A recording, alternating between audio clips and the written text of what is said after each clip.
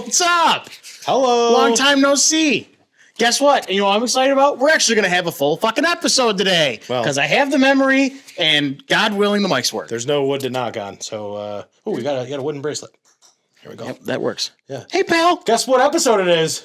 It's 13 again. It's the real episode 6-7. 6 plus 7 is 13. For those that can't do math in their head. Yeah. Like me. We went on a bit in the last one, and we were wrong. We don't know how to count. So we had some technical difficulties, so we took a break for 2-3 weeks. Yeah. I think it was, I can't do math. It was 2 weeks. Mm-hmm, yeah, see? So we're back. Yep. Obviously, a lot to talk about. Things have been quite the roller coaster in sports town, but I wanted to take this opportunity we're kind of in this nice little sweet spot here. Thanksgiving. Was it good or was it bad? It was good. I just didn't eat that much this year. For some reason, I overthink Thanksgiving plates. What do you mean you overthink it? So just pile on. No, dude. I know people say pile on, right? But then I pile on. I don't end up finishing the first dish.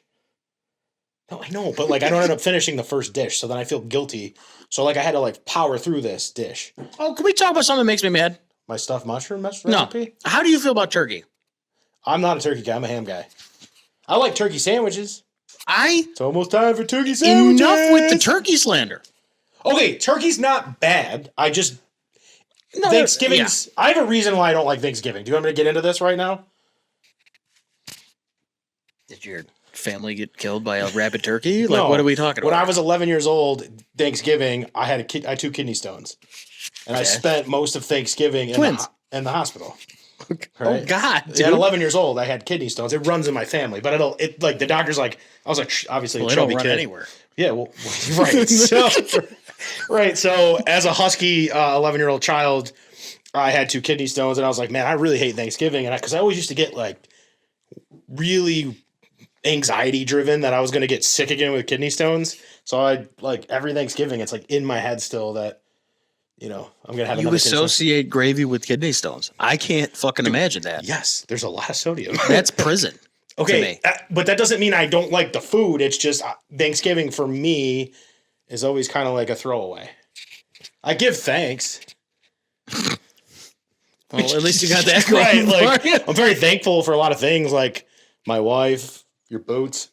Those are nice boots. Bean boots, baby. Ooh. They're really fucking hot. I might take them off halfway. I might go socks. Oh, God. They're so hot. We're going off the rails already. No, dude. We're going to sell a lot. So, yeah, my turkey slander is back to your original point. Oh, yeah. I don't know, dude. It's not bad. Somewhere 2 or 3 years ago, though, people were like, turkey's trash. It's not even the best part of Thanksgiving. Fuck off. You're making it wrong. Ham is just better. Okay. Sure. But you're making it wrong if you don't like turkey. Well, okay. So this conversation is going to go off the rails here. A Ben turkey, like a turkey you make on Thanksgiving, is what? I've never made turkey, but I've seen it made. You should be spatchcocking everything nowadays. Oh, Mr. Spatchcock over there.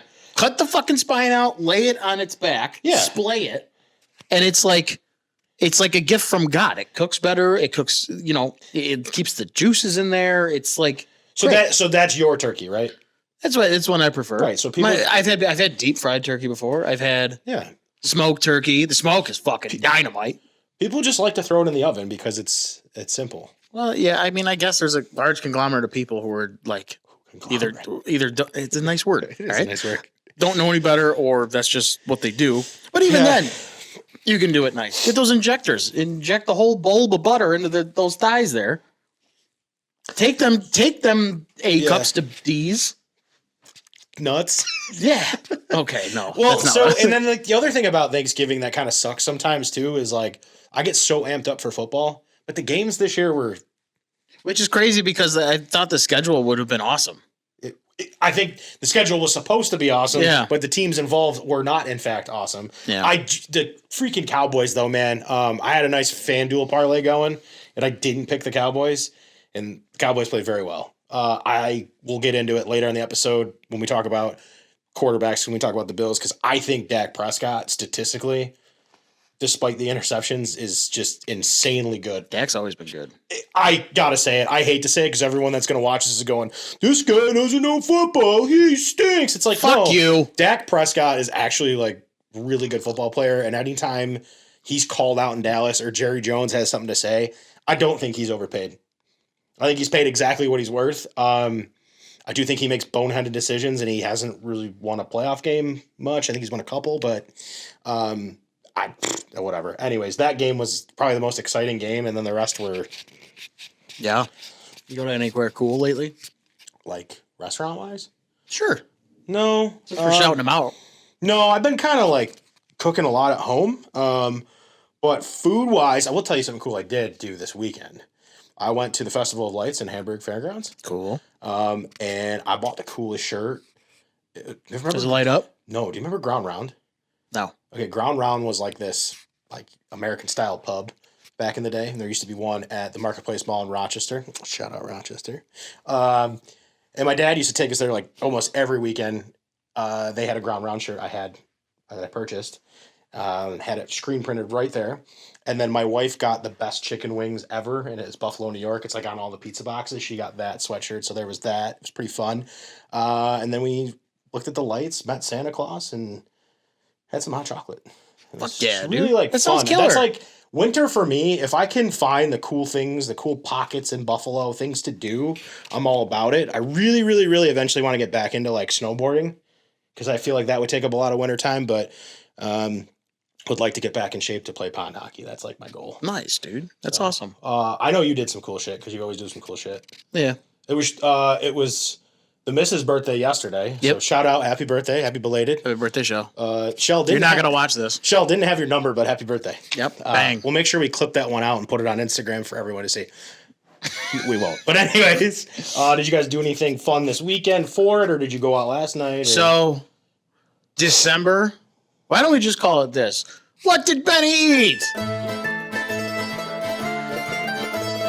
There we go. Okay. I don't know where this is we're gonna going. go.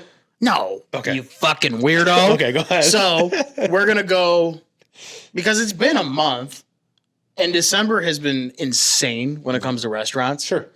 So just some highlights, I guess.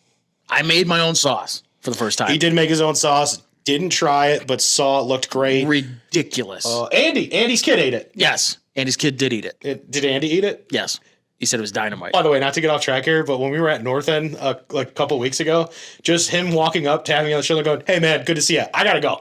They just walked out, and I was like, that guy came across the room, literally shook my hand, and said, "Good to see you." That's like awesome. the most I've ever talked to him. He lives like 2 feet from there. That's now. amazing. Yeah. That's good to know. Anyways, carry on. So I did that. It was amazing. I haven't had sauce like that in a long time. It was like just like my grandfather's. It was perfect. So that was awesome. It's been a whirlwind, man. We went to where did we go recently? I mean, her and I have been just on this like Everywhere, everywhere, dude. Like we're doing Dapper Goose's brunch when that Yep. comes. We're doing next Monday is their chicken and champagne dinner that you can go do. It's fried chicken and champagne by Ryan Stewart. You have your thing there too, right? You host that thing every year. Yeah, I'm probably gonna do that again in the spring. By the way, Cool. I think we've decided that we're gonna do Waxlight because of their menu for Never been New there. Year's Eve. Oh, you gotta go to Waxlight. It's super cool. Wait, didn't I win a gift card to Waxlight? Yeah, you did. Real estate thing. Did I ever get it? I don't know. I don't think I I'll got get it. Come in with me. I'll give it to you. I tried Mira now that it's open. I heard that place is dynamite. It's really, really cool in there, dude. Yeah. It's super cool. Where is that? So it's the old Panos. Oh, I do it well, very okay. well. What? I do it well, very well. Very well. Yes. I remember.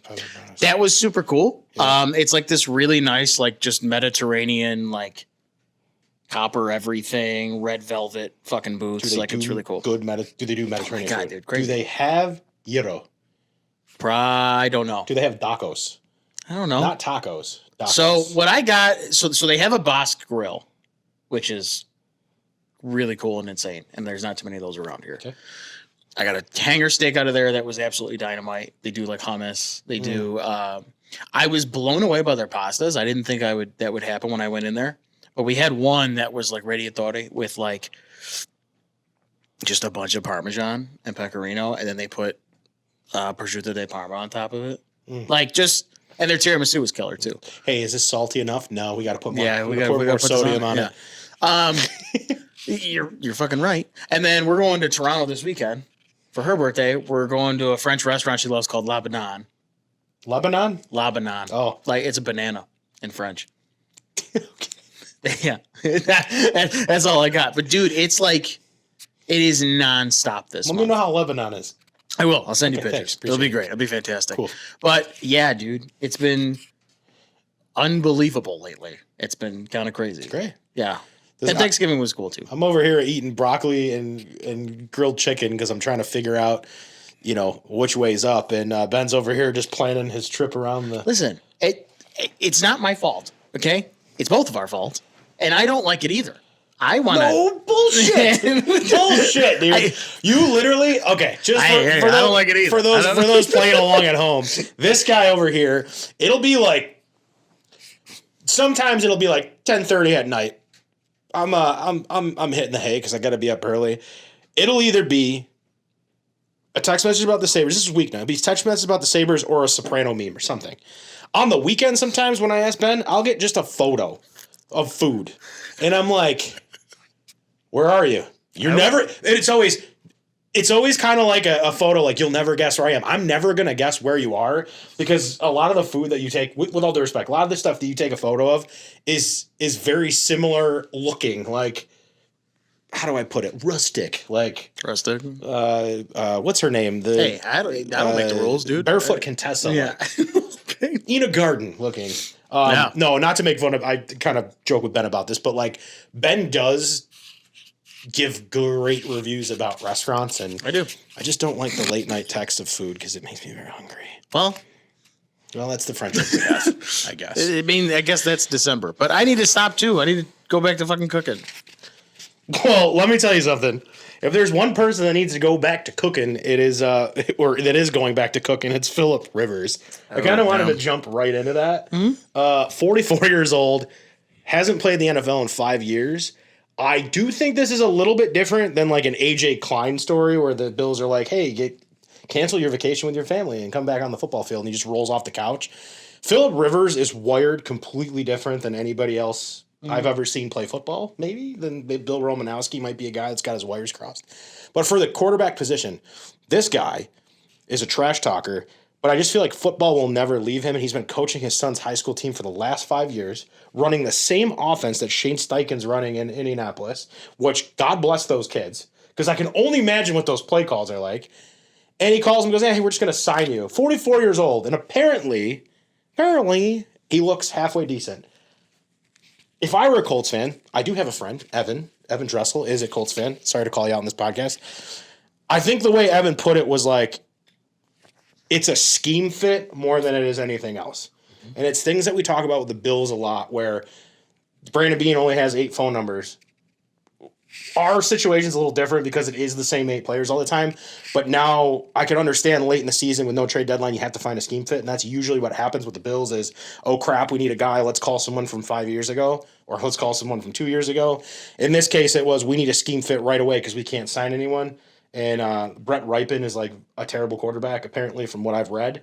Mm-hmm. And Riley Leonard has a knee problem. So, to go back to what we originally talked about, the Colts this weekend, if Philip Rivers goes out on that field and wins a game, he's a Hall of Famer, in my opinion. Yeah. And they have to reset his Hall of Fame clock anyway. Shoot or shoot, man. And he's fertile. He's got 10 kids. So 12. You know what he's doing. 10, 12, something like that. He's a grandfather. His son, Gunnar, is going to be, so far, he's a better quarterback prospect than Philip was.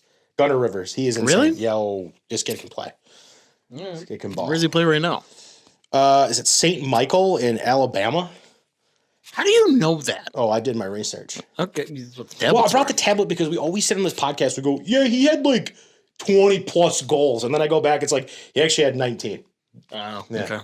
So we're that's a good. It's good, man. It makes us look more professional. I appreciate it. Well, but anyways, Philip Rivers this weekend. If Riley Leonard can't go, do you take the Colts over the Jags? I don't know, man. The Liam Cohen Jags are good. I will never bet against Philip Rivers because he's one of my favorite quarterbacks. Okay. I can't.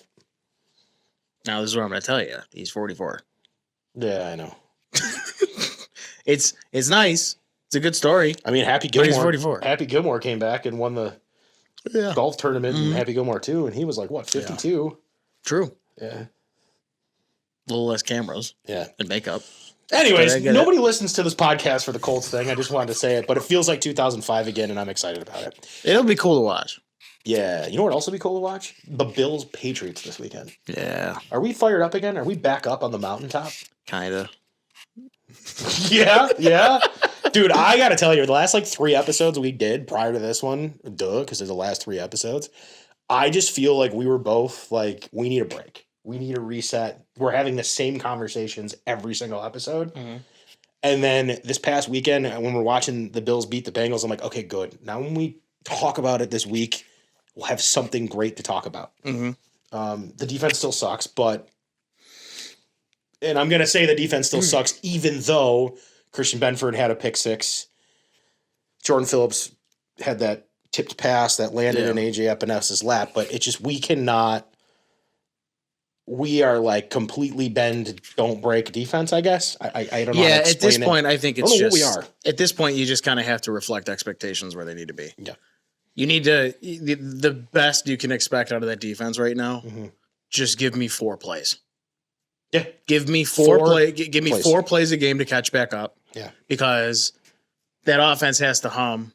Unfortunately, they've kind of put me in a place where like I still can't fully rely on them right now. Sure. Like, great. You put up 39 points. Mm-hmm. Josh had an MVP performance. Everybody does that against the Bengals.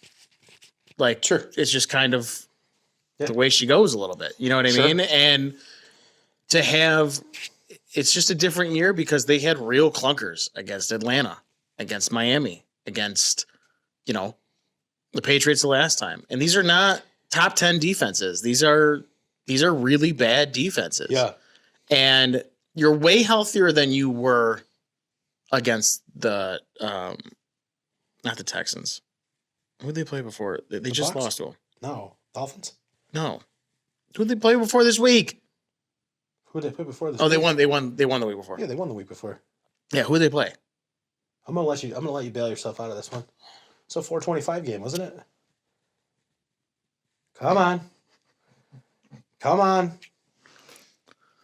Steelers. There you go. Holy Good God. I was going to tell you, but I was like, who'd they play? They literally set the record for rushing yards. No, I know. I'm saying, but they weren't healthy. No, they weren't. They weren't. And that's probably the team you want to run into that isn't healthy. Joey Bosa literally won that game for him, though. Yeah. But, it's just, it just seems like they can't get everything going together at one time. Yep. I'm hoping the injury report did look better today. Yep. And I think it was another walkthrough today. So I'm hoping that means they're going to get some guys back. Ed's doing push-ups. He's not doing bicep curls yet, but he's doing push-ups. That's good. But yeah, but that's probably the recipe for success is probably 4 plays a game from your defense and MVP Josh 39 points a game.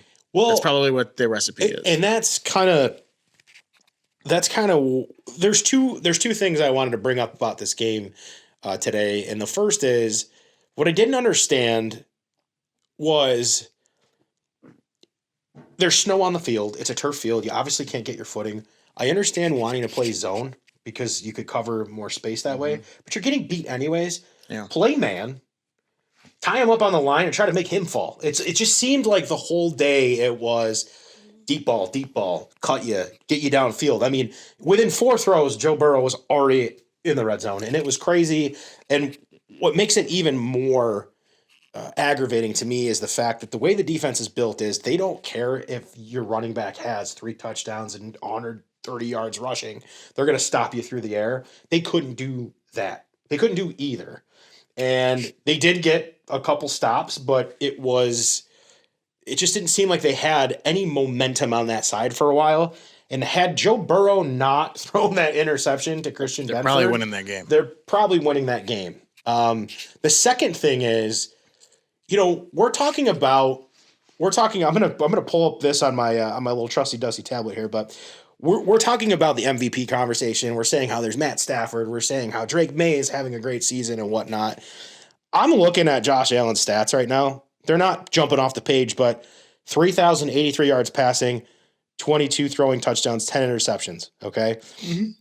What I find very interesting about this is if you go to receiving stats, guys only have like I think Kincaid's got 5.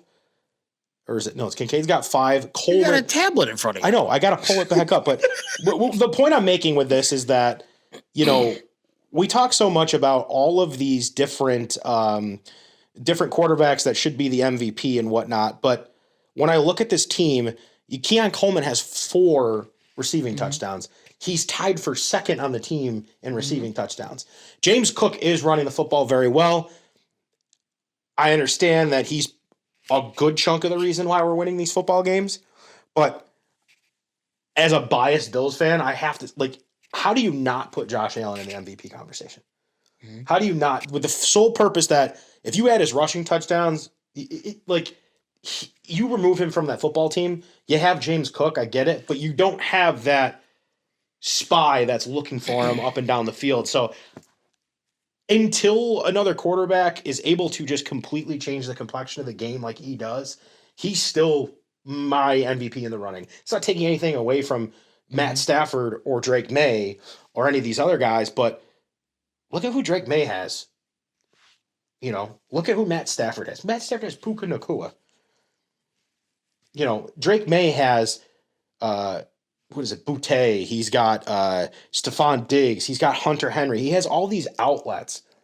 Josh has whatever receiver's open, if he can catch it, and then he runs for 40 yards. And that throw he had to Shakir was great too. So I took the scenic route on a lot of my explanation here, but still think he's the MVP for the sole purpose of he is the sole reason the Bills are able to change the complexion of the game. I mean, look at James Cook. Had a great game, fumbles. Twice.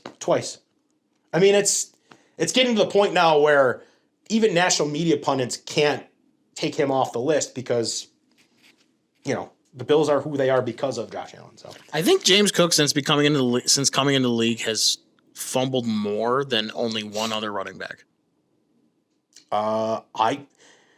I mean, lately it's been Derrick Henry with the hiccups, which is still a great running back. You have a tablet there. If you want to. What do you want me to look up? I'm just saying. I thought I saw the other day. Maybe it was all running backs that have come in the league since him. Mm-hmm. He's only fumbled more than one other person. Let's see. Or one other person has fumbled more than him. And this has all happened in the span of this year because he didn't used to fumble. He fumbled his first snap ever, but he's had some fumble jitters for sure. It's funny. It's funny you say that because I had a friend in a group chat go, "Why the hell would the Bills take James Cook off the field on third down?" And then he's running it and he fumbles. He goes, "Oh, that's why." That's why. That's not really why. The real reason is because he's a little weak in pass protection. Mm-hmm. He doesn't provide that to him. But I'm trying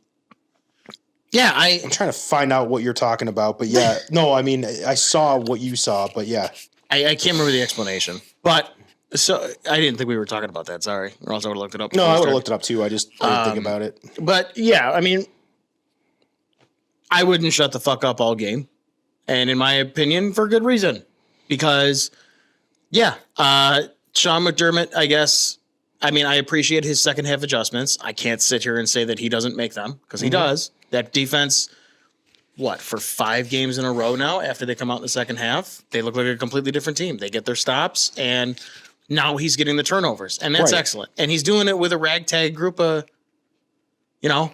idiots. Not idiots. But, you got Christian Benford finally playing elite like we know he could play. He's got the other guys on a pitch count. So Harrison's playing, I think, 30% of the snaps right now, and Trey's earning his time. Yeah. But, that defense is completely different when Shaq Thompson is back. Completely different when Shaq Thompson is back. Yep. I'm sorry. He should get the green dot. I don't care if Terrell Bernard gets healthy or not. At least for the rest of the year. It's completely different. What I don't understand is situationally. And again, when I talk about sports, everyone's like, well, how do you know? You're not a coach. Okay, what I'm saying is situationally, if I'm getting beat in certain areas, why am I continuing to run the same play? For example, okay, the Bills are coasting on offense. I mean, they're starting to drive the ball down the field. Joe Brady's got to throw his sideline screen in to ruin the momentum. Yeah. How about you do this? How about you take that play, shove it up your ass? Sorry, I'm just going to say it. Shove it up your ass. I don't care who. I am so sick and tired of that screenplay. That's not right. I'm sorry you weren't ready for it, but someone's got to say it. Shove it up your ass. It doesn't, because the thing is. Joe has a segment now. Josh Allen came into the league, couldn't hit all these different throws. Now he's hitting all these different throws. He's finally in a rhythm, driving the guys down the field. Yeah, we got to throw it to the sideline. Throws a ground ball. Oh, that's a bad throw by Josh Allen. How about the idiot who put him in the situation? And I got to hear, he called a great game, I'm like, you know what? He called a great game because the Bengals were giving up the most receiving yards to tight ends, and we have 3 very good tight ends that can catch the football, and two of them had touchdowns, right? Yep. Yeah, 2 of them had touchdowns. One of them ran up. I think all 3 did. All 3 did. One made money on reception yards. Dawson Knox. I mean, and we say so much about how I don't know if I want to bring Dawson Knox back. He's underpaid. It's like, I think when you start to get Dawson Knox going in a football game, he gets better as the game goes on. I think he meant overpaid, but I said overpaid. That's what I meant. I meant to say overpaid. Yeah. Sorry, overpaid. Wah, wah, wah. Anyways, you get him going. You get him down the field. Okay, great. Guess what you can't do next week? Throw to your tight ends because, the Patriots have a very good defend very well. So you have to figure out the weaknesses in the defense. Stop throwing to the sideline. It doesn't do anything. Mm-hmm. And I think Khalil Shakir proved this week, hey, if you get me 15 yards downfield, I will get open. He's always been like that. And Josh's throw to him, the fact that has to happen for us to win a football game is insane. Do you know that there was literally this much space? Yeah, right. You could fit a sheet of paper between those 2 defenders, and he caught it. And what I find remarkable, and I'm so glad I have this trusty dusty tablet because we can't afford a producer. Sean McDermott's quotes. I don't know about you, but when this guy talks, I don't ever know what he's saying. He's like Michael Scott. Sometimes I start a sentence and I don't know where it's going. You ready for this? Sean McDermott with high praise for Josh Allen. He just got this it factor, and that is hard to question and hard to defend. It's just a special quality that not a lot of people have, not a lot of players, not a lot of performers have. He's just got this it factor that's hard to question and hard to defend. So you don't like it, or you do like it? I'm confused. Let's go back 2 years when he's throwing that ball to Ty Johnson on the goal line in Miami, and they don't get the touchdown. And they're interviewing, and they go, Sean, how do you feel about that? Yeah, Josh has got to be a lot better on that. Okay, why? What about it? He literally got he got it in striking distance. I don't understand. I don't know if McDermott likes the roller coaster of Josh Allen. I think he loves him as a person. I don't think he's thrilled all the time of the way that he plays the football. He would rather Josh have 200 yards passing and protect the football and let his defense do anything. But unfortunately, your defense sucks this year. I mean, it doesn't suck completely. Their pass defense is great, but... Well, I think their pass defense is... I think it's inflated. Yeah. Because teams haven't been throwing on them. So they haven't had to make a lot of plays. I think the more that teams throw... Joey B fucking cooked them. And it's probably my biggest problem with this game was... Jesus Christ, this coaching staff. If something doesn't work, let's just keep trying it, like you just said. Yeah. If you play soft zone against Joe Burrow one more time, I'm going to lose my fucking mind. I texted all of you that. I was like, he's got so many opportunities to not do the soft zone here, and he does it. It's like... Right. And at least change what you're doing a little bit. Try it out. If you get burned, well, then you're screwed. Well, and then, again, I don't know why... Why do we have to... I feel like this team... I feel like there's a giant sign in the locker room that says play possum. I really do. Because they're definitely a second half team. They look dead in the first half. Every single fucking year, we try to make Josh something he's not for the first 10 games. Yeah. And then the rest of the year, it doesn't matter if it's Joe Brady, Ken Dorsey, or fucking Brian Dable. They all are on the podium at week 12 going, you just got to let him do his thing. And now he's looking like the MVP candidate again. And here's the biggest concern about all of it, okay? Yeah, we got to let Josh do his thing. Yeah, because we run mesh routes. All we do is run mesh routes down the field. And I don't know about you. You could say anyone could say what they want about the Brandon Cook signing not being a great signing, but we're in the same situation we were in with Amari Cooper, okay? I think Brandon Cooks possesses the necessary qualities this team needs right now to open it up a little bit. Yeah. Yet, for some strange reason, we love to put him out on the field as a decoy and throw a fucking screen pass.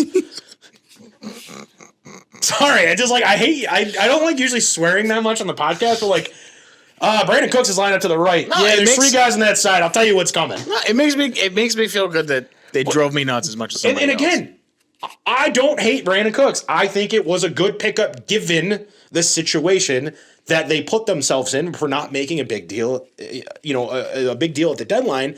But like, use them. Mm-hmm. Somebody said it. I think somebody called in a GR this morning and they were like, "Can he not run straight?" And I'm thinking to myself, I'm like, okay, I understand there's a whole concept in how the play works, but you're telling me all these guys are running mesh routes 5-10 yards on the field and they can't just send Brandon Cooks on a streak? Mm-hmm. I don't get it. But with that being said, we're 9-4. I play in the team. No, I'm just kidding. The Bills are 9-4. They're going into Foxborough. And there's a lot of people that are like, hey, at the beginning of the season, it was, oh, Drake May's a god. He's the second coming of Christ. The Patriots, the Patriots, the Patriots. Now people are like, they haven't really played anyone this year.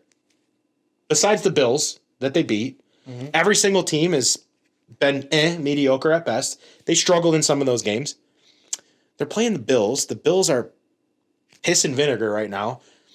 Maybe I should take the Bills. But they don't trust the defense. But they're like, maybe I should look more at the Bills this week. I think if the Bills are going to win this football game this weekend, it's going to come down to those 4 stops that you talked about. They can't turn the football over, and Josh is going to have to Josh.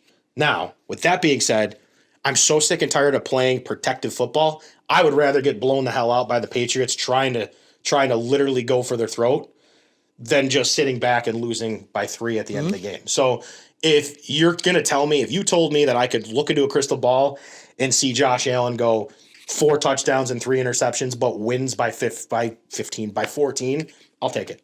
Yeah, I don't care about stats at this point. I don't think you're winning the division anyways. And if you lose this game, it really doesn't. If you lose this game, they lock it up. What? If you lose this game, they lock it up. Whatever. So, there's no tomorrow. Play like there's no tomorrow. No, I know. I'm fired up about it. I know, dude. You are. It's all good. And this is after a win, too. Christian Bedford had a really cool pick 6. Max Hairston's starting to come on a little strong. Well, and footing wise too. Yeah. For all you only domers out there, I have some inside intel on the new turf. So all that snow you saw in there is not going to happen. Well, it's not turf either. Oh, it's natural grass, but it's heated. Yeah. And from who I've talked to, not only can that grass sense when it's too wet, so it sucks it up. It also can sense when it's too dry, and it wettens it. It is going to be all of $2 billion. We're going to see the snow come in. They're not going to be slipping and sliding. It's going to self-maintenance itself. And it's going to be, we're going to have our snow globe games, and they're not going to be slipping and sliding all over the fucking place. Which, I say this all the time, and I tweet about it all the time. We have a team with a dome, and they don't fucking win. Yeah, I know. So who cares? Yeah, I'd rather than play on a pond. Like somebody posted in Bill's Mafia, look at the stadium. Big mistake without a dome. It was like, no dome, no championships. And I posted a picture that was Key Bank Center, and I put, dome, check, no championships. Yeah. And it got like 100 likes. And there's something, you have to play football outside. I'm sorry. I got to say it. I do think so. There's an element to playing outside. Right. I see both sides of it. I was Team Dome. I wanted a dome for a bit, and I wanted it downtown. Team Dome. Yeah. Mm-hmm. Cool. Team Top. But the more I sat there and I watched, like you don't get, the moments aren't as beautiful in domes. Like the snow games we get here. There's some pretty incredible snow games where the weather has been a major point of the story. Yeah. The perfect game. It was 10 degrees under zero, and we blew the fucking Patriots out in the playoffs. The Shady McCoy game. The snow game. Yeah, I mean, any of these, even though we've lost, any of these snow globe games against the Bengals, you don't get that. Like, you know what I mean? Like, throwing snowballs at Miami. So the more I thought about it, and like just with this fan base and the players themselves too, like I understand Josh would, in the most optimal conditions, is going to play better. but that evens the playing field for everybody. Yep. Again, I used to hate the excuse of this team plays in Buffalo. They should learn how to play in the snow. And I'm still on the side of these guys are all born in fucking California now. Like, it's not like, any of these guys grew up in this shit. Josh did play at Wyoming. He did. But to me, I've become very selfish about it. Sure. As a fan. I've become very selfish, like, especially because of what they're doing. Like, no, I want the snow games. I want to still hang out outside. I want to feel what's going on out there. And if you can make it better for the players, that's great. And I think they're going to end up doing that. Well, and to your point too, it's like when we say, like, when we use the term "we" when we're talking about a team, and I always hated this argument when someone's like, "Oh, we? What do you play for the team?" I truly feel like that's what it's about, right? Mm-hmm. And I think the players would agree, and the organization would agree that fans tailgate and go through that whole rigmarole of, I'm going to get up at 5 a.m. I'm going to go out in the cold. I'm going to put the hot tub in the parking lot. I'm going to do this whole thing because they feel like they're part of the team by doing that. They're enduring that as well. They're not enduring the hits and the catches and the whole thing, but by doing that, you've created a team-like atmosphere. Yeah. And I mean, I could understand cities like Detroit doing it. Detroit had a pretty, I think they're on the up and up now. There's some really cool bars out there I've heard about, but like their economy is shot. I mean, what better way to really bring back something than make an indoor facility so you can host concerts year round, things like that. I understand that. I just think from a Bills perspective, even from a Cleveland Browns perspective, even from a Rust Belt city perspective, there's a certain aura about playing in Rust Belt cities in the middle of December. Yeah. Cleveland's doing a dome, and I think it's a mistake. I really do. Cleveland is a mistake on the lake. So God damn. Dude. Oh, this is what So at the start of the season, I was like, Shadur Sanders is kind of with me. I wasn't too happy that they were retiring his number at Colorado because I feel like Cordell Stewart's number wasn't retired and they should be before whatever. But the kid's been playing out of his mind, and the first thing that pops up on my phone is, Deshaun Watson's coming off the IR. I'm like, are we still talking about this guy? Yeah. Guy can't even throw a football down the field. Yeah. You literally have a talented kid who wants to be in Cleveland and work his way up, and you're talking about Deshaun Watson. Cleveland is just a mess. Myles Garrett wants out. We know this. I got a feeling that that's kind of what Brandon Beane might be waiting for. Yeah. Is a way to get him to Buffalo, but Cleveland will. I don't think Cleveland ownership will let him go. I think, and partially too, like from what I understand, just on a 1-year deal. Well, here's what happened with that. I think they held him for ransom. I think they said to him, because he wanted to trade so badly, he wrote that letter. I think they were like, "Hey, buddy, you can say whatever the fuck we're on. We are not trading you. Sorry, we own your rights. You're gonna play here." And they were like, and he was like, "Okay, I guess if I have to fucking stay, give me this money." Then, play well. Yeah, you know what I mean. Their defense is so good. He might break the sack record. He's also just a great human being. Have you seen some of the NFL mic'd ups with him? I haven't. Oh, when he went up to the tackle, and the tackle's like, "Hey man, I know I'm a nobody, but can I get your jersey?" He's like, "Hey man, we you're ain't not nobody. a nobody. Yeah. You play in the league." And I just think like that just warms my heart. Warms my heart, tickles my fancies. Just that you have this big guy who's just intimidating. It's like, hey man, like you're a football player just like me. Yeah, and I like that, and I think he's a good dude. But yeah, other than swinging at helmets at people, he's But from what I understand, he fucking deserved that. Mason Rudolph looked a lot like Freddie Mercury this past week when he played us a couple weeks ago. The little mustache. Mason Rudolph is like. You are on fire today. Mason Rudolph is just a douchebag. I have to say it. Like, I'll never. You know what pisses me off about Pittsburgh? There are so many clippable moments. Let me tell you what pisses me off about Pittsburgh. Okay, go ahead. I'll never forget 2019. I love Pittsburgh, by the way. 2019. I'm at Bada Bing, not the Bada Bing from Sopranos. Bada Bing downtown. Okay. I'm with a couple friends, and we're sitting there at the bar. We're getting ready to eat, and ESPN comes on, and they're like. You got to watch out for Duck Hodges. Duck Hodges is a great quarterback. Mason Rudolph's out, but this Duck Hodges, we have Josh Allen. You're talking about Duck Hodges. Mm-hmm. Every single time, the Bills ended up winning that game. They go to the playoffs. But any time the Bills play the Steelers, or the Steelers play like I wouldn't say a low-level team, but when they play a team like the Bills at that time were on the come-up, but they're always like, well, you better watch out if if Aaron Rodgers can't go, Mason Rudolph's. It's like fucking like the guy sucks. Yeah, I know. He blows. I thought that was funny too. He got hit with a helmet. Didn't see it coming. Just like he never sees the defense coming. Guy sucks. You suck, Mason Rudolph. Clip that. Anyways, I'm just so frustrated when people are like, better watch out for this guy. It's like, okay, like better watch out for Justin Fields. Guy can't throw the football down the field. Stop the run. Keon, in my opinion, had another high leverage play that he just did not fucking do anything with. But this was what should tell you how bad the offense is. He tied for second with I know, touchdowns this season. But dude, you are on or at least they want you to do this. You are on the team to bully corners, and every single game he has an opportunity to go win a ball, and he just can't do it. He did the effort's not there.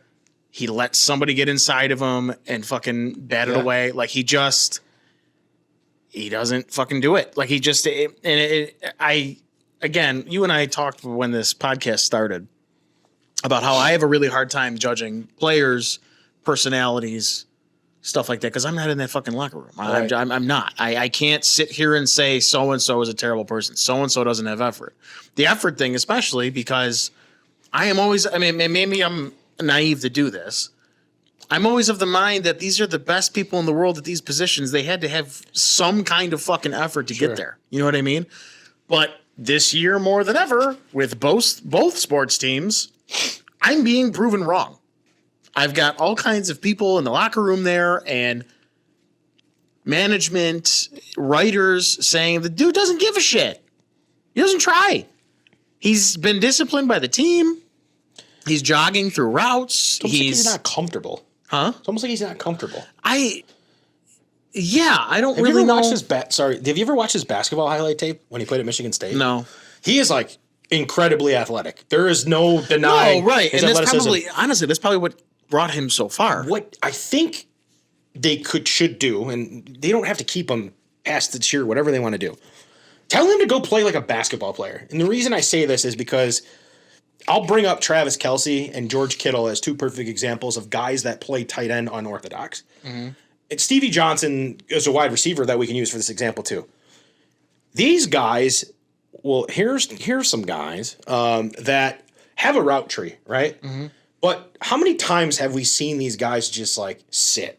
They'll just be like, oh, it's open over there. I'm just going to go sit there. And the ball gets bang right to him. Well, yeah. I don't know if maybe that's the solution with Keon is like, hey, man, just go to an open space and sit. I don't know. I don't think he has the Mental capacity. not mental capacity. I don't think he has the game knowledge to do that. I don't think it's kind of like why Zach Benson's so good because he just has the hockey sense. His IQ. I don't think Keon has the football sense to go do stuff like that. I think Dalton First Aid does, but he's never available. First aid. I think Shakir does to a certain point, but ultimately, I think that's why the offense hasn't opened up the whole year. It's because Josh doesn't have somebody who finds space like that. Yeah. And when they try, it takes fucking 8 to 9 seconds. Yeah. Which is also why I think that he's been taking as many sacks as he has and why the line has looked worse. Because if you look at a lot of these games, like the Texans game, he got the shit beat out of him. Yeah. He had a tackle who was concussed to all hell, and Spencer Brown was playing with one shoulder. And on top of that, you've got they were mishmashing the guards a little bit. I know that was going on. He still had 3.53 seconds to throw that game. Yeah. You know, like. But they were all dropping back. We saw some clips. It was like play action happened. Yeah. And they ran. They ran back. Right, yeah. Deep six. I just think the only solution is just playing with these guys longer because continuity is a thing too. Mm-hmm. Every year it feels like he's got brand new receivers to work with, and they're not doing it. You know who had a really good game? And I'm not gonna say really good game. I say Gabe Davis. I just think that there's your safety valve. That route he ran where only because Josh trusts him. That's all you need. But that route he ran was perfect. Mm-hmm. It was like he ran to the sideline, ran a little post, and Josh was out. He said, "Boom, he's right there." I'm not looking for Gabe Davis to have 100 yards receiving. I'm looking for him to be a safety valve, and I think what's promising about that is the fact that he's getting better each game, and I'm hoping by the postseason that it's like Gabe Davis, 40-yard touchdown, you know? But to your point, it's like it takes them a while to figure out what's working in this offense, right? It shouldn't have taken into the second half to realize that you're maybe I wouldn't say like late in the first half, early second half, that your tight ends could torch their defense. It says it on the paper. When you go into the game, it's like, oh, okay, they're the worst against tight ends. Oh, it's on film. Okay, this is what we're going to do to open the game. The Bills never helped themselves by going up early. They hurt themselves by going down early, and then it's like, all right, Josh, bail us out. And it's like Josh just sits there and he's like, okay, like that throw to Khalil Shakir when he threw that and it was successful. He was like, oh, okay, yeah. Well, and it shouldn't be like that. Yeah, I know. And that was a fourth down, and like in his mind, it's probably I don't care if it gets intercepted or whatever. It's a fourth down throw, and we're in their end zone. Like I have to do something here. Yeah. Sean McDermott was very aggressive that game. Went for every. They did not punt. They went for. He had to be, but it's good that he knows he had to be.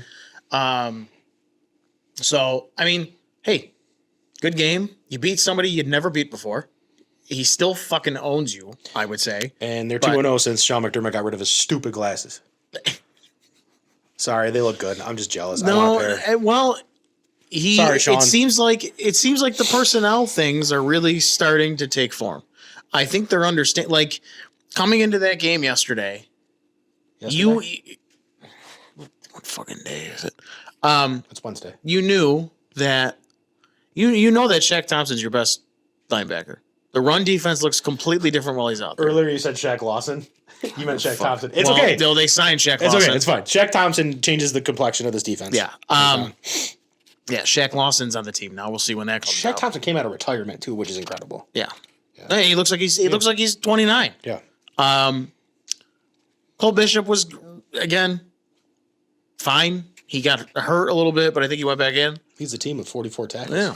No, he looks good. I mean, he looks good. I mean, they finally have people playing their weight, but it's blown assignments. It's whatever. I do think the field did come into play for a little bit there, but they built the team to play well in those conditions. Like that is what it is. That's what Trey was having some good games until last game, but I'll give him the benefit of the doubt with the footing and everything. But Christian Benford shadowed Jamar Chase the whole game, and Chase did nothing. Chase just kept doing this the whole game.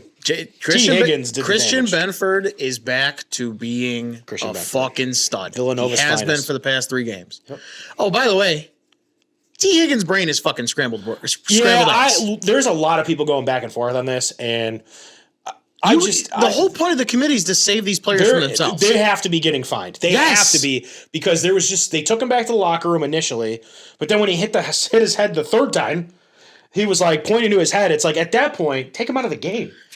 Could you imagine? Like he was probably seeing triple. Do you know how fucked up you have to be like, hey, guys, are you sure I'm okay? I don't feel right. Yeah. Like, and then they do it again and they send him back out.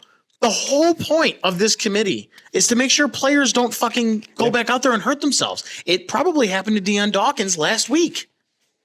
Why? Yep. They made so many good strides with these head injuries and targeting and all this stuff, and it seems like they're throwing it out the fucking window this year. My favorite part about the whole thing when we talk about this is, remember when Jackson Dart went in the blue tent? Yeah. Brian Dable went in there and said, "Are you good to go?" Mm-hmm. They crucified Brian Dable for that. They were like, "You can't do that. You can't persuade what?" And it's like, it's a weekly is there a difference? Because you literally just let this guy play a whole game and was complaining about hitting his head on the turf. So it's a weekly occurrence now. It's bad. It's making the NFL look bad. Truthfully, I don't think the NFL cares. I mean, they lost a lot of money the last time that something like this happened. That's why they stepped it up a whole bunch. Yeah, they have to be getting fined. I mean, it was disgusting. It was. Having about 8 concussions in my lifetime that put me in a situation, I got to tell you, when I saw him point to his head, like my head hurt, because I know what that feels like. Yeah. Not maybe at that speed, but I just know like the feeling of like, oh man, I'm not going to recover from this. And I was actually checking the injury. There's nothing on. I don't know. I have to look, but he re-entered concussion protocol the day after. Okay, well that's great. Right, and it was probably on his own accord. Yeah. Hey guys, I've been throwing up all night. I put the Cheez-Its in the fridge and yeah. yeah. So You know that play that was supposed to go up Joe Brady's ass? It's actually up mine. I took it by accident. He doesn't know where he is. So, anyways, he had a great game, though. I mean, for a guy that came into the league. One-handed catch, baby. For a guy that came in the league where people were concerned about his hands, because I know he had a lot of drops, he definitely I'd like is him right one now. of the most reliable receivers I've seen. And I just love that Jamar Chase was talking so much crap, and then he just got boom shot out. Yeah. But yeah, you're like you said, Shaq Thompson played well. Real quick before we shift gears to the Sabres, Taron Johnson. Taron Johnson has slowed down tremendously. He's lost it. And at this point, I am pissed about Jamarcus Ingram getting claimed off waivers for the whole ordeal with Darius Slay. But I think at this point you have to give Cam Lewis a little more burn. And I know people are like, oh, he's a liability. Okay. But I think you play him until he fails. You keep playing him for long extended periods of time. I think he's earned it. And I just, it makes me sad, but that's what happens to guys that play like Taron Johnson is when you're. I'm so happy you brought this up. Well, when you play like that and you throw yourself at players like that, you slow down, and he's definitely slowing down tremendously the last 2 years, actually. Well, I more so meant the Ingram thing because I love Jamarcus Ingram. We've talked about this now for a couple of podcasts. The division between the front office and the coaching staff, I think, is getting bigger. Yep. Sean McDermott is still irate about losing Jamarcus Ingram. Because that was your Taron Johnson after Taron Johnson left. He said twice today, I don't know. You're going to have to ask Brandon. I don't know. Because they kept asking about Darius Slay, and then the second time he said, I'm not commenting on Darius Slay. That is a question for Brandon Bean. And then even when it happened, he took right after it happened, he took the microphone and he was like, I love Jamarcus Ingram. This is a sad day. This is a tragic day. Like, that was his boy. And that to me, because we as Bills fans, or a large conglomerate of them, like to think of those two in locked tandem. That they work together and they think together and they are in constant communication. This year, it looks like they don't communicate at all. Right. It's been a really weird year of them subtly calling each other out. And after this Jamarcus Ingram thing, it genuinely looks like trouble in paradise right now. Yeah. I think, you can call it what it is. Sean can be pissed that Brandon Bean's, it looks like Bean's mailing it in. Or Bean can be pissed that Sean hasn't taken all these players to higher places. They haven't developed them where they are. Either way, I think it's never been more apparent in the organization for the past 8 years that those two are not on the same page right now. But here's the thing. In Sean McDermott's defense, and I'm very critical of Sean McDermott. But it's easy in Sean McDermott's defense, though, how many franchises have we seen that draft a guy thinking he's like the guy, and then they're like, oof, and they end up trading him early on? I think that's the bigger thing that I always look at with this team is like, in Sean McDermott's defense, some guys you just can't develop. Oh, right. Okay, so what do? Get rid of them. Like, it was like, we're going to get rid of Boogie Basham. Just Boogie Basham? Like, you didn't mess up on any other pick? Yeah.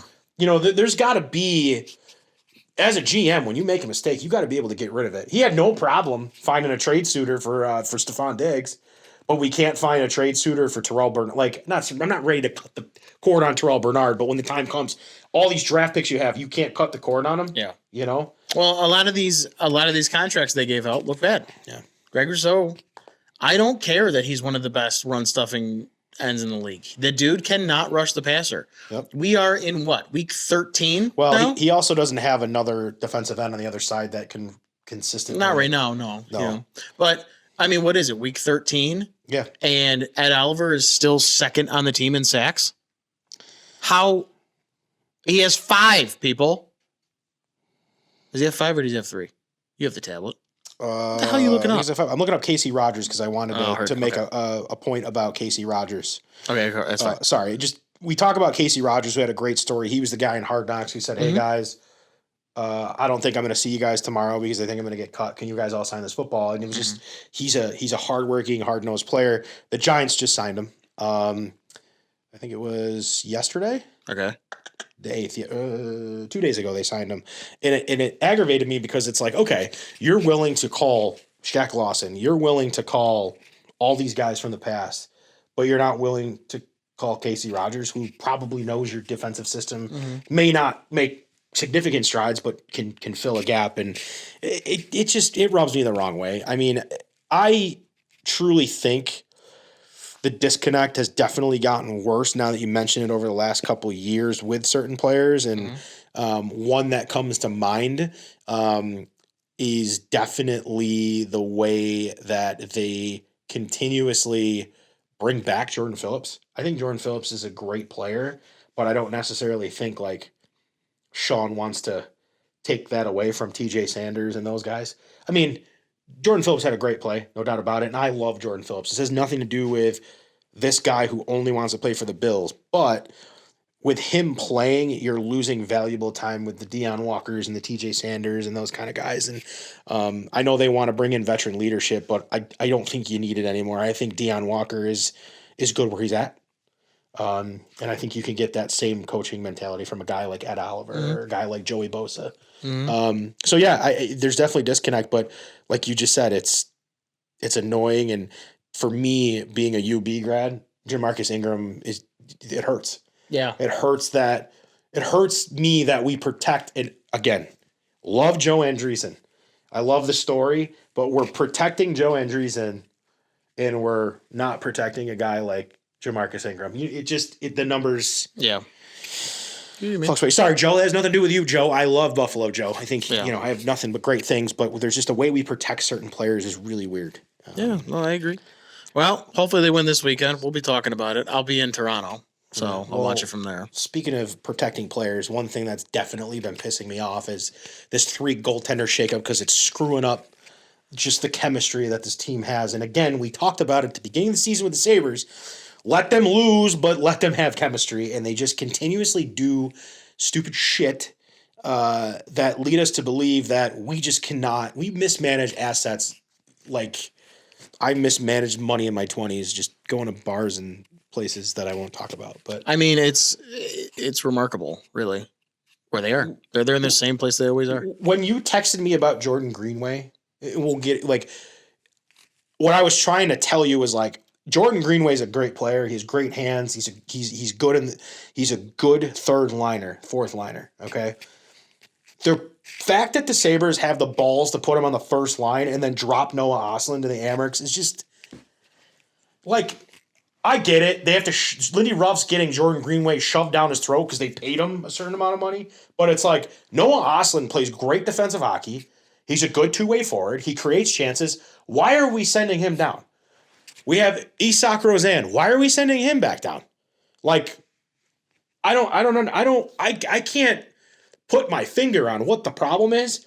But when I texted you the other night and I said the game has passed Lindy Ruff by, that all changed when they had an interview today, and he was genuinely pissed. Oh, he's angry that they had to send Noah Ostlund down because they want to hang on to Colton Ellis. The fuck you hanging on to Colton Ellis for?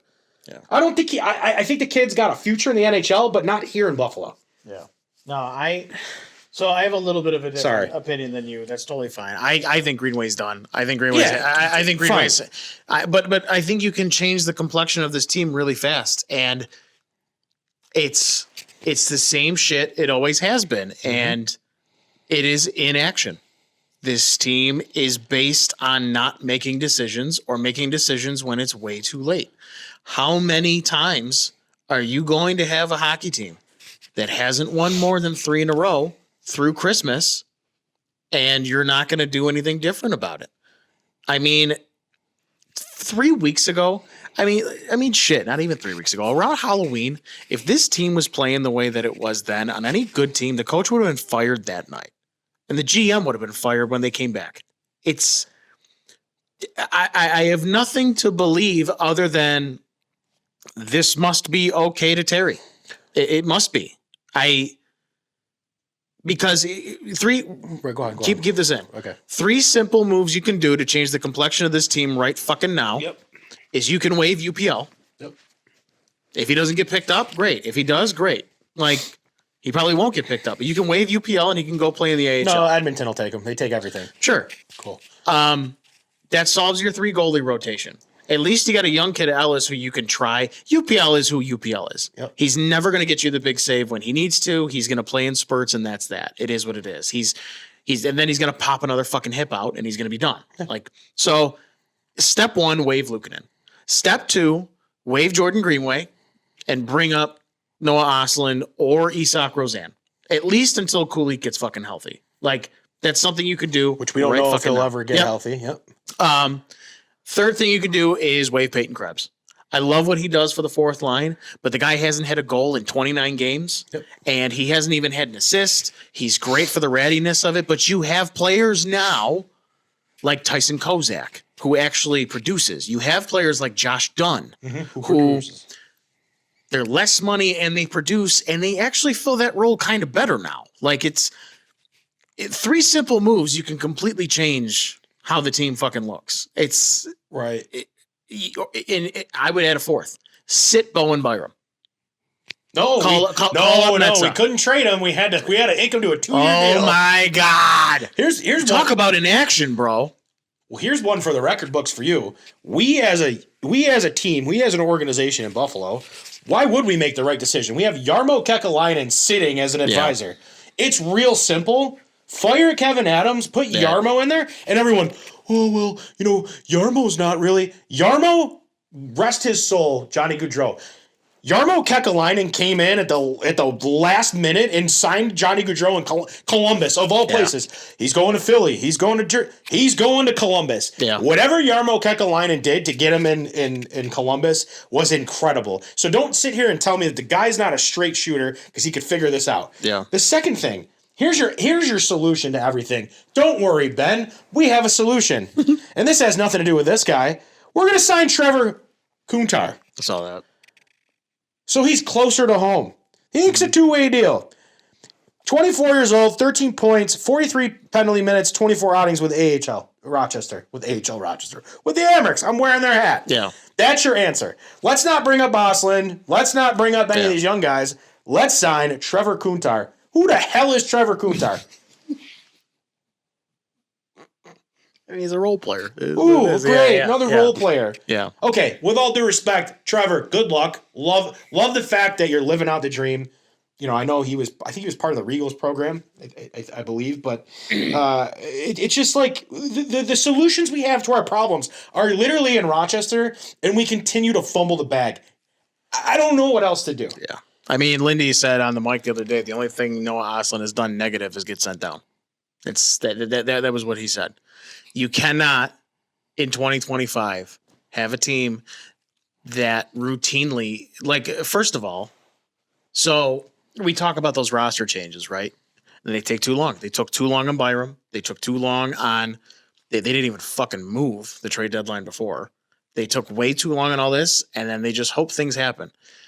Kevin Adams has a contract year this year. Do you want him at the trade deadline to making those fucking deals? Exactly. I don't. He needs to be gone before they get back from this road trip. I don't want him going anywhere near Alex Tuck. I don't want him dealing with this trade dedeadline. I don't want him making roster decisions. I don't want him breathing on Consta Hellenius. Yeah, all right, exactly. God, don't even cough here. Don't even fart. I don't care. It's like, but again, I look at nothing's changing. They seem to be okay with this. They are in the fucking basement again. And I know people don't feel like they have the talent that matches up to other teams. I think they have a good breadth of talent right now. But for whatever reason, this coaching, and this is where I'll get at the coaching staff. The coaching staff can't get them to care night in and night out. They just can't. And some of that's the players. It definitely is some of the players. And what you need to do as the GM is identify those players and get them out. Yeah. That just coast. Unfortunately, it might be some big name people. But you watch a game like last night where they play Edmonton, and they play 60 minutes of good hockey, minus 5 or 6 minutes where Connor McDavid turned into Connor McDavid. Yeah, his first really good game against the Sabres, they usually shut him out. Right, but they come in and they play systems that they're supposed to. They play the way they're supposed to, and they look fucking great when they play. You're like, hey, this is actually a good team. But unfortunately, the team they really are the ones that can't win 3 in a row. They go on heaters, and then they immediately lose all those points because they can't they can't get off the fucking bus. Even the worst teams string together a couple 3-win streaks during the Right. season.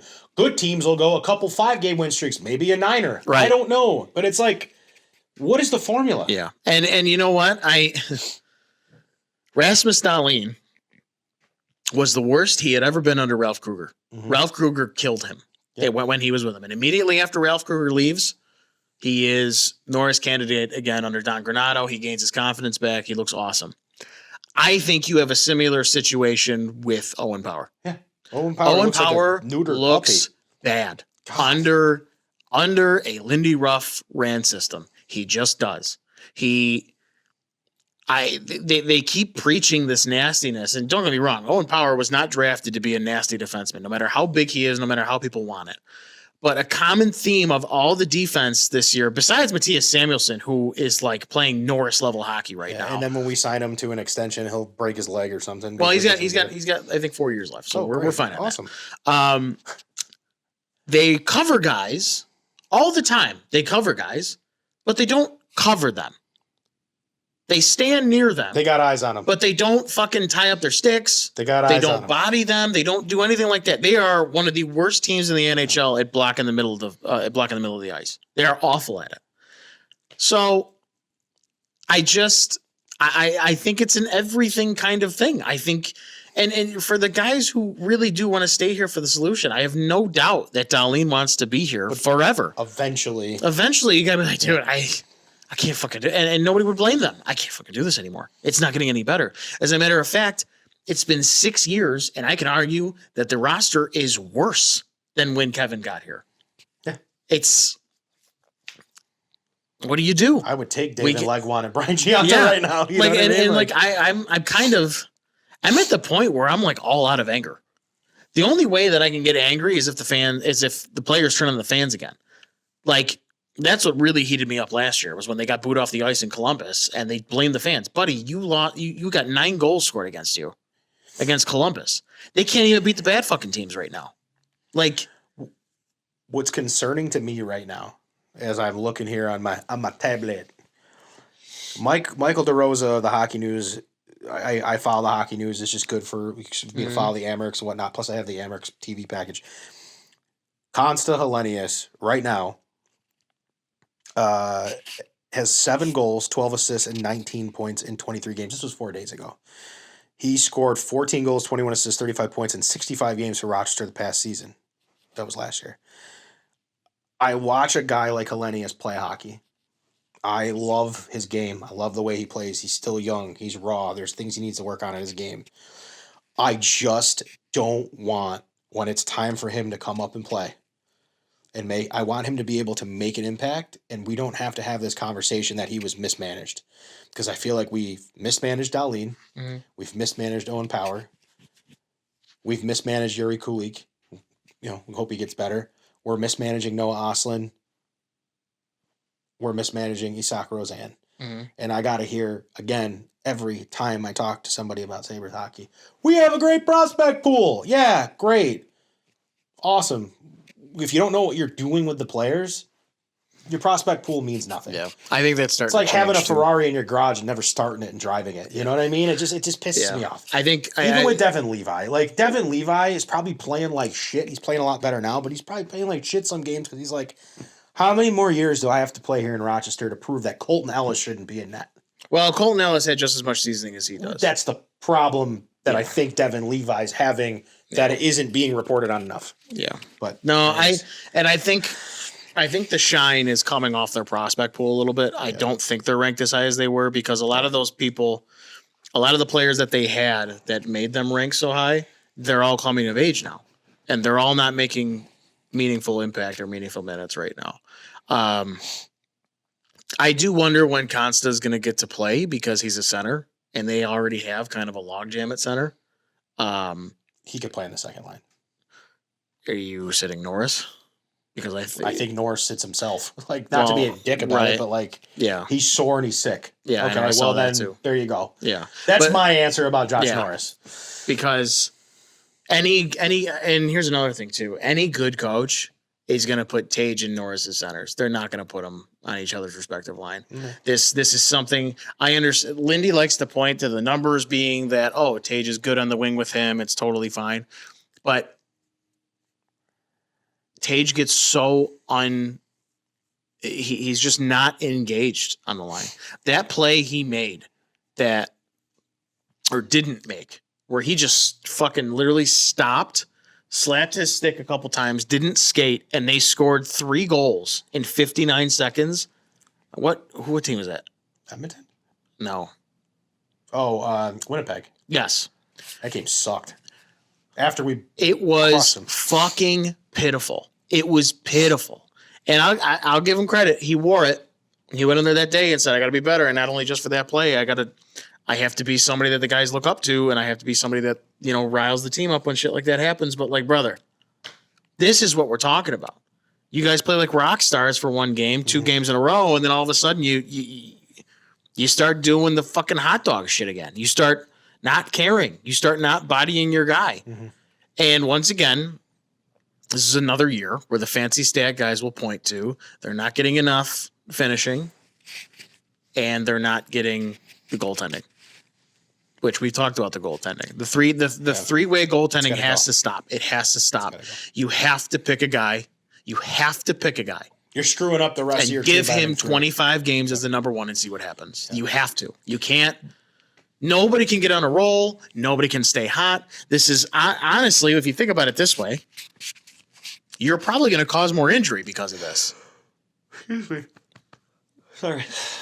You're not boring me. I know. Left that one out. You're probably going to cause injury by doing this because people can't stay hot. They can't stay engaged. They can't stay playing or anything like that. So, of course, the last time Lion won a game was in fucking October.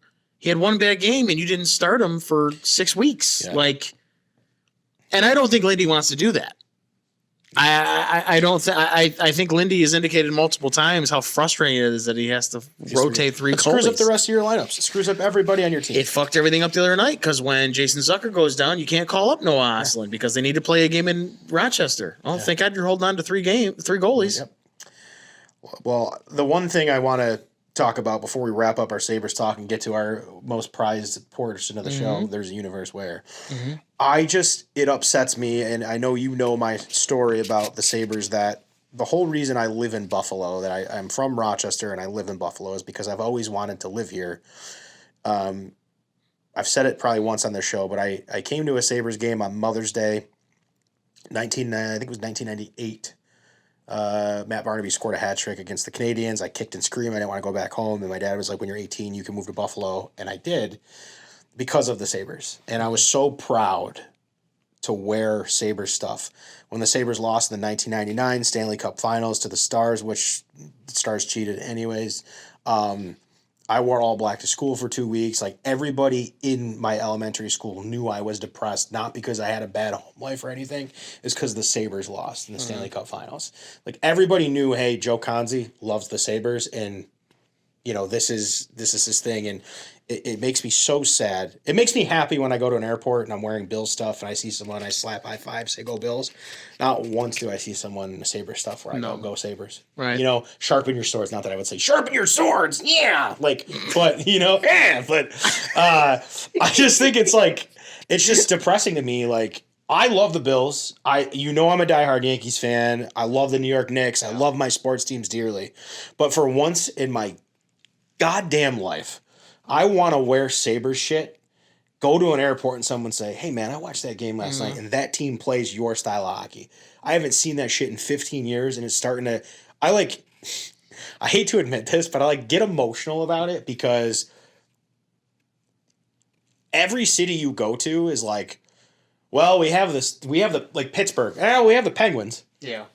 Oh, well, you got the Flyers. And even the Flyers have been so bad, but their fans are so rabid, and just – the city of Buffalo is like, Bills? It's the Sabres. Yeah, the Bandits are more popular than the Sabres. That's a problem. And it pisses me off. Not that I don't hate the Bandits. Everybody's like, oh, you hate the Bandits. I don't hate the Bandits. Coming from Rochester and seeing just a bunch of titles when I was growing up, no big deal. It's great to see the Bandits are winning, but let's talk about revenue generating sports, right? Mm-hmm. the Bandits aren't changing the complexion or economy of downtown Buffalo. They're not. Sorry. What's going to change the economy of downtown Buffalo is if the Bills were to build a stadium, which they're not, or the Buffalo Sabres. And unfortunately, the one team that could change the complexion of downtown sucks. And it sucks. And what sucks about Buffalo right now is that you have all of these new buildings, you have canal side renovations, all kinds of stuff. Not saying it's the greatest city in the world, but the development's happening. And it's almost like I wish the city didn't develop because the team was better when there wasn't shit going on downtown. When there was a parking When lot I was right across the walking park. over rock piles because they demoed the odd, they were winning. Yeah. Do we need to knock a building down? Yeah. I don't know. Do we need to demo like an old building before we win something? It's you get so fired up about downtown Buffalo and you're like, hey, Key Bank Center, yeah.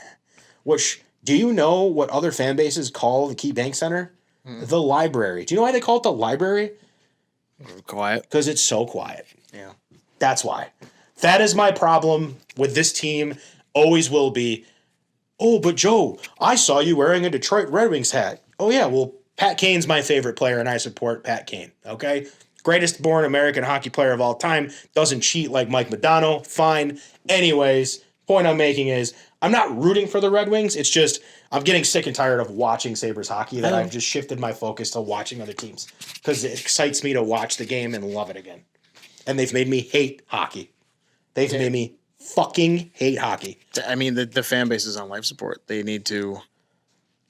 Terry needs to do something different. Don't clip that one out. I don't like the swearing. I was too aggressive in that one. Don't clip that out. Too bad. For Instagram. Too bad. Can you bleep it out? Nope. Fuck. I'm gonna actually find it and clip it. It's gonna be great. Just kidding. It'll be right. All right, cool. Bottom line, Terry's got to do something. Yeah. It is what it is. He has to be a person The boots stay and on. say, "This is unacceptable." He has to do and not do something at the end of the season. He has to do something now. He has to do something now. So this front office does not go through a trade deadline with this. So they're not handling the tuck negotiations. So they're not building the team after another failed fucking retool. He needs to get rid of him now and have Yarmo step in. So the craziest stat, I don't know why. I mean, maybe it's not crazy to you, but this is like Larry Fitzgerald having more tackles than drop passes to me. Okay. Craziest stat for the Sabres is in their entire existence. I think now it's like 65, 66 years. They have had 2 outside hires at general manager. Yep. 2. I heard about that today. That's Punch Imlach. unfucking believable. Scotty Bowman. Scotty was one. Bowman. Yep. Punch Imlach was the other Yes. one. Yeah, it was Toronto and St. Louis. Yes. I remember that. 2 outside hires. And we hated Darcy Regier. We did. I would take Darcy Regier Yeah. back. Oh, and I'm sorry, not even just outside hires, but experienced general managers. Everybody here has been a first timer. Yep. That is crazy to me. Hey, you know what? You know who has GM experience? Who? Jarmo I know. Kekalainen. That would be the first. That would be the first time in Yeah. forever. Right. Yarmo Yarmo be there. You know. But anyway. Let's get to our favorite Yeah, portion. you want to before we do wrap a it up. little? There's I universe. don't even know if I have one today. Do you? I have one. It's not Okay. like fuck off. It's not like groundbreaking or anything, but it's something to think about for next year. Hit me with it. There's a universe where Brandon Beane signs Brandon Ayuk. What do you mean? Ugh. All right, I like Brandon Ayuk. Elite separator. Okay. It would be like getting digs again. Are you talking about his knee? Because his knee's an elite separator. Listen, Sorry. he's young. I think Brandon Ayuk's great, but I also think his knee separates more than he gets separation. So He will be fine. oh, okay, cool. Diggs is fine, and he's older. Yeah, but And he that's, tore his that's ACL. twice for him, though, isn't it? I For don't Ayuk, know. I think he had 2 injuries. All right, I'm not on the right now. It would be like giving Josh Stephon Diggs again. He is top 5 in separation. He's top 5 in all route trees. I don't think. I mean, he's not happy in San Fran for obvious reasons. Sure. I think that is another Stephon Diggs situation glow up kind of a thing. Mm. I think if they sign Brandon Ayuk in the offseason, I think that is instant. Well, they'd have to trade for him, but that is an instant. Your Super Bowl odds probably go to the top with Josh.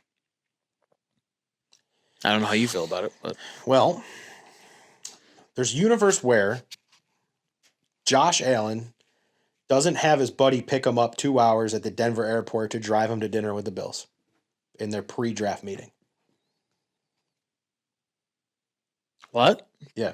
So the other, I'll refrain back. I'll rewind here. I was watching something the other day on TikTok or one of them social media apps, one of them things, and apparently what was going on was Josh was trying to fly to meet the Bills somewhere, and his flight got delayed, and he ended up having to turn around and fly back to Denver.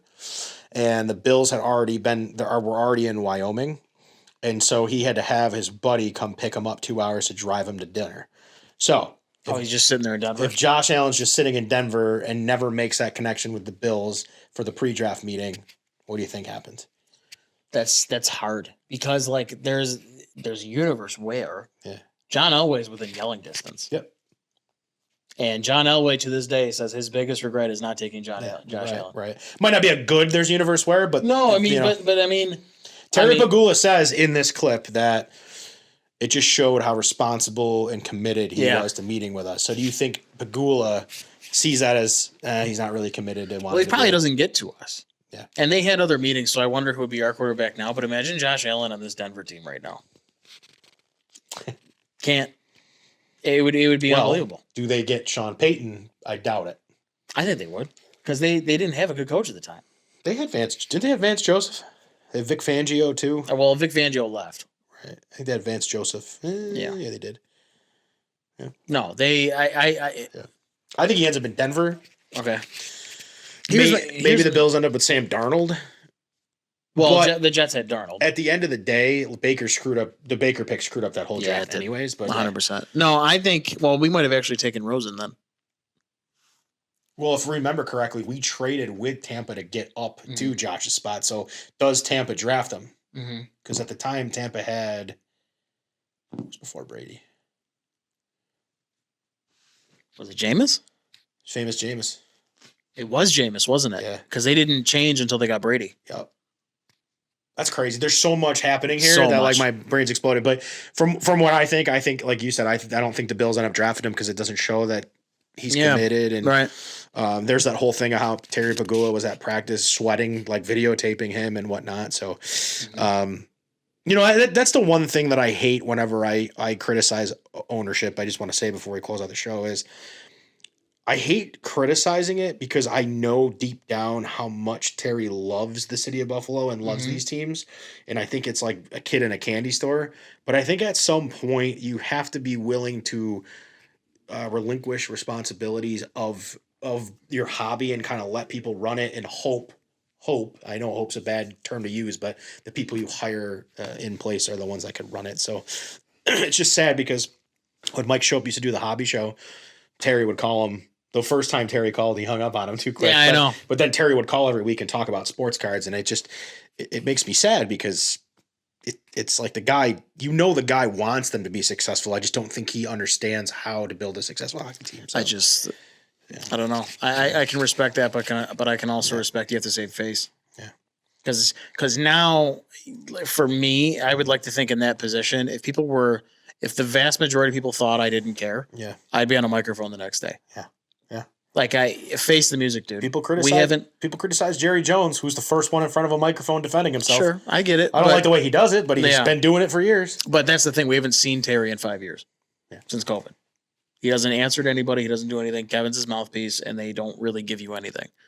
So all we have is the product on the ice. That's all we have. That is a direct reflection of your management not caring. It is what it is. As we go on, we remember all the times we had together. Yep. I sing that when I think about the 06-07 Sabres. Anyway. This has been episode 13. 6-7. Again. Times 2. Thank you so much for watching. If you're still with us, thank you so much for following. Tell your friends about us. Like, subscribe. Jump on the show. Are we going to do next week? Because next week's Christmas. No, it's not. Oh, Christmas. 2 weeks ago. Never mind. We might be here next week. We'll figure it out. Yeah, we'll figure it out. But we will get back to our normally scheduled programming.